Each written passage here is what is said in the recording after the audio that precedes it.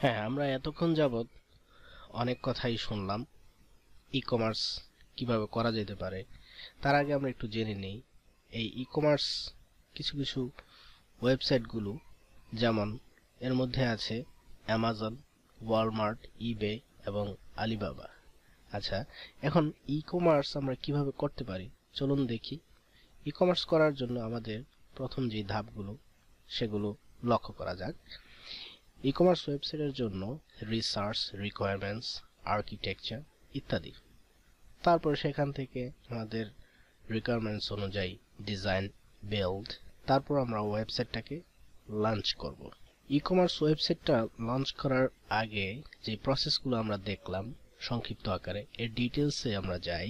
এর ডিটেলসে দেখা যাক রিসার্চের মধ্যে প্রথমেই আছে ইন্ডাস্ট্রি ট্রেন্ডস, অর্থাৎ কি বিষয় নিয়ে আমরা ই কমার্সটা করব, কি ধরনের প্রোডাক্ট থাকবে, টার্গেটেড অডিয়েন্স, কারা আমাদের ক্লায়েন্ট হবে বা কারা কাস্টমার হবে, অডিয়েন্স সেগমেন্টেশন এবং এটার ক্যাটাগরাইজটা কি ইত্যাদি, কম্পিটিটর অ্যানালাইসিস এবং আপনি যাদের সাথে কম্পিট করবেন এই ই কমার্সটির তাদের বর্তমান সিচুয়েশন বা তারা কি ধরনের প্রোডাক্ট নিয়ে কাজ করতেছে, আপনি কি ধরনের প্রোডাক্ট নিয়ে কাজ করবেন, এবং তার সাথে এসইও কিওয়ার্ড রিসার্চ করে আপনার সেট করতে হবে কি ধরনের কিওয়ার্ড ব্যবহার করে আপনি আপনার প্রোডাক্টগুলোকে সাজাবেন। বিভিন্ন সার্চ ইঞ্জিন থেকে আপনার কিওয়ার্ডের মাধ্যমে আপনার প্রোডাক্টকে খুঁজে বের করবেন। এটা যদি আপনি ঠিকভাবে করতে না পারেন তাহলে আপনার বিজনেস অটোমেশনটা পিছিয়ে যাবে,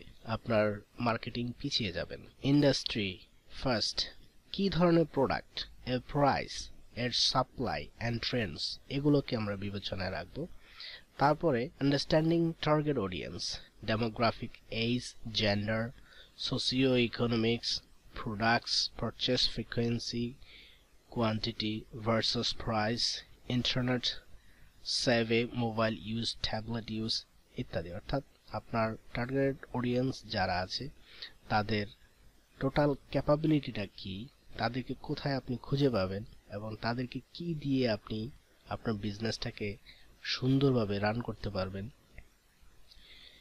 টার্গেট সেগমেন্ট, এর মধ্যে আছে প্রাইমারি, সেকেন্ডারি অ্যান্ড টার্টিয়ারি।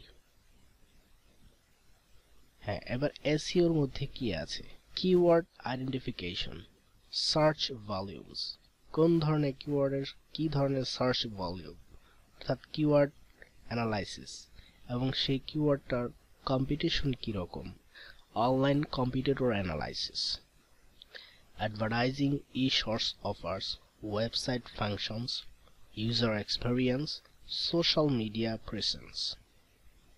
রিকোয়ারমেন্টসের মধ্যে আছে functional user, search and content, technical, landing pages and SEO.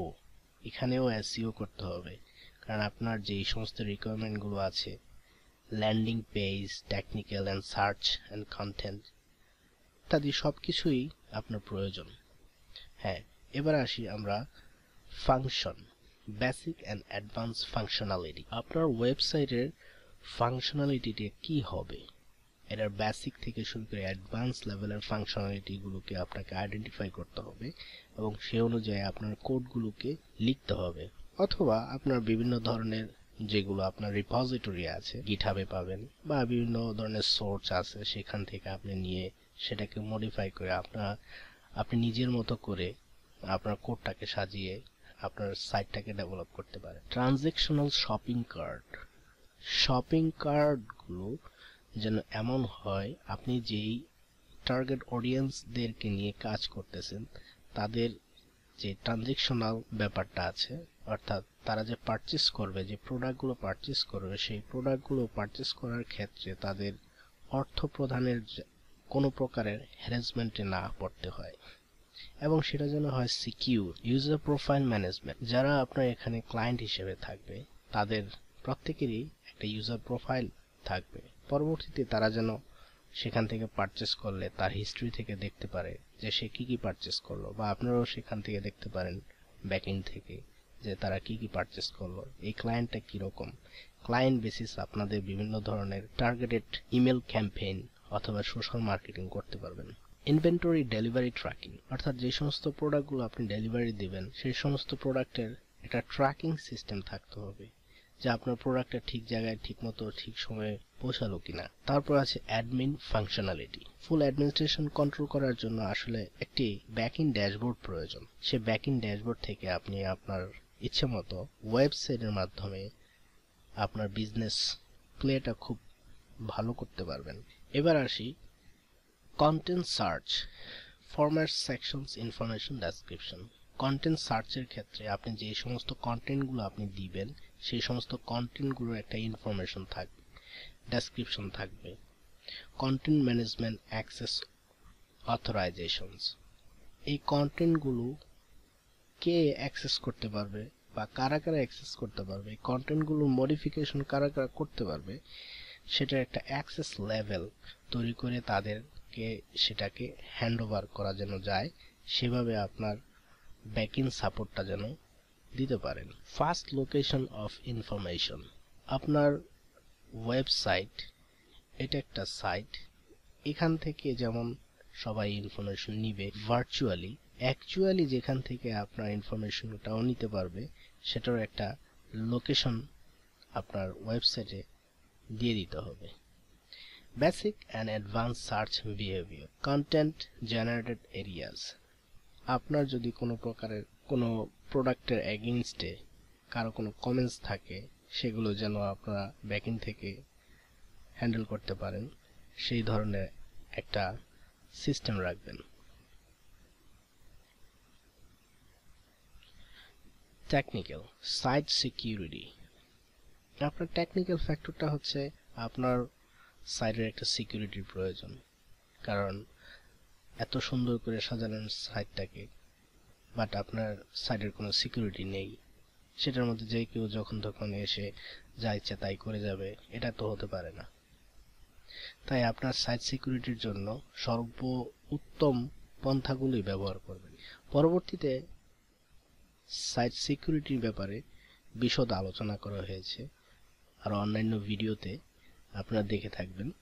Password shopping cart, অর্থাৎ শপিং কার্ট বা পাসওয়ার্ড, এখানে আপনার একটা সিকিউরিটির ব্যাপার আছে, সেটা যেন স্ট্রং থাকে। Delivery option, tracking, support browsers, optimised, এগুলো আপনারা বুঝতেছেন যে সাপোর্ট ব্রাউজার কি।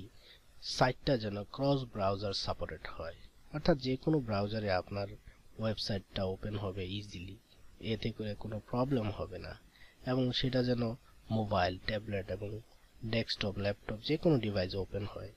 আপনার সাইটের রেসপন্সিভনেস থাকতে হবে, plus cross browser supported.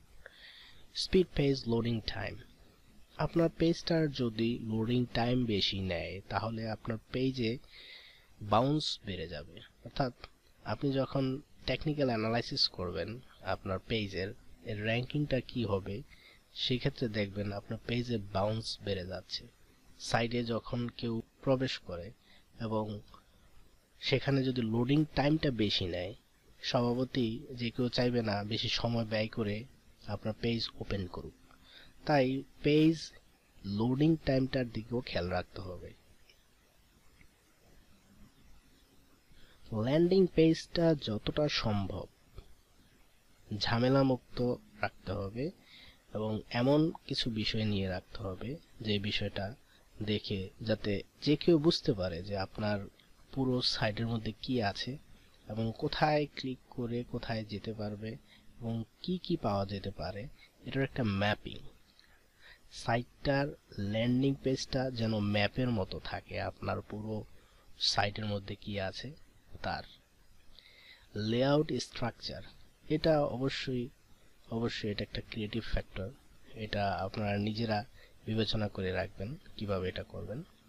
Cross links, কোয়েন্সিডনেস, অর্থাৎ আপনার পেজের ল্যান্ডিং পেজের যে ক্রস লিঙ্কস, অর্থাৎ অন্য কোনো জায়গায় লিঙ্কটা ব্যবহার যদি হয়ে থাকে সেই ক্ষেত্রে আপনার পেজের র্যাঙ্কিংটা একটু বেড়ে আসবে, বা বিভিন্ন সময় আমরা ব্যাকলিঙ্ক এর মাধ্যমে এটা পেয়ে থাকি।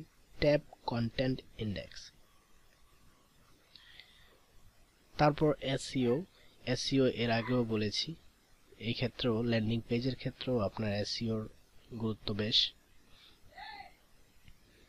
Architecture, navigation tree, levelling, functional design, user experience.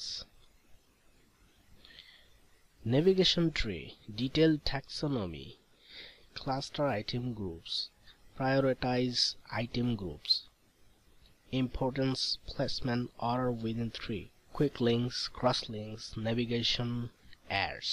অবশ্যই এগুলো নিয়ে আমরা ডিটেলস আলোচনা করেছি আমাদের ই-কমার্স ওয়েবসাইট ডেভেলপমেন্ট সেকশনে, এবং সেখানে আপনারা এটার বাস্তব চিত্রটা দেখতে পাবেন কিভাবে এটা করা হয়। Levelling, unique taxonomy level SEO correlation, no overlapping links. আপনারা যেই ধরনের প্রোডাক্টই সাইটে লঞ্চ করেন না কেন, সেম টাইপের প্রোডাক্ট অন্য কেউ সেল করতে পারে আপনার সাইটের মাধ্যমে, অথবা আপনি নিজেই সেল করতে পারেন, তবে প্রত্যেকটারই রেট ভিন্ন, এবং দুইটার যে লেভেলিং অর্থাৎ প্রত্যেকটার আপনার ইউনিক আইডি হতে হবে, যদিও বা তারা সেম নাম বা সেম দাম, তবে ইউনিক আইডি হলে সেক্ষেত্রে আপনার এটা অনেক ক্লিয়ার থাকবে। যখন সার্চ ইঞ্জিন সার্চ করবে তখন সেখান থেকে খুব দ্রুত আপনার রিলেশনাল যেই ডাটাটা পাবে সেটা নিয়ে আসতে পারবে, এবং সেটা যেন সেম ক্যাটাগরির না হয়, একটু এদিক সেদিক হলে ভালো। আর যদি সেম ক্যাটাগরি হয় সেক্ষেত্রে আপনারা স্টক বাড়িয়ে কাজ করতে পারেন। Functional design, scope, product priority identification, feature priority identification, sketch। এর ডিজাইন সেকশনে বিস্তারিত আলোচনা করেছি ওয়েবসাইটের ফাংশনাল ডিজাইনগুলো কিভাবে করা উচিত। জেনারেলি আমরা ইউজার এক্সপিরিয়েন্স দেখি বিভিন্ন ধরনের ওয়েবসাইট থেকে। এই ওয়েবসাইটের ইউজার এক্সপিরিয়েন্স থেকে আমরা এর কাস্টমার স্যাটিসফ্যাকশন, বিহেভিয়ার, অ্যাকুরেসি এবং টাইমিং সেগুলো পরিলক্ষিত করে থাকি। তাছাড়া যখন বিজনেস স্টার্ট করার পর আপনি যখন আপনার ইউজার যারা আছে তাদের অ্যাকচুয়াল বিহেভিয়ারটা কি, যখন আপনি বাস্তবে যাবেন তখনকার যে বিহেভিয়ার যখন আপনি দেখতে পাবেন এবং যেটা আপনি চিন্তা করতেছেন তার মধ্যে অনেক তফাৎ থাকতে পারে। এগুলো দেখে আপনি সেখান থেকে তাদের সাথে সেই ধরনের পলিসি অ্যাপ্লাই করে বিজনেস করতে পারেন। তারপর আমরা সাইটটাকে লঞ্চ করতে পারি। সাইটটাকে লঞ্চ করে একটা টিম বেজ আমরা ওয়ার্ক করতে পারি।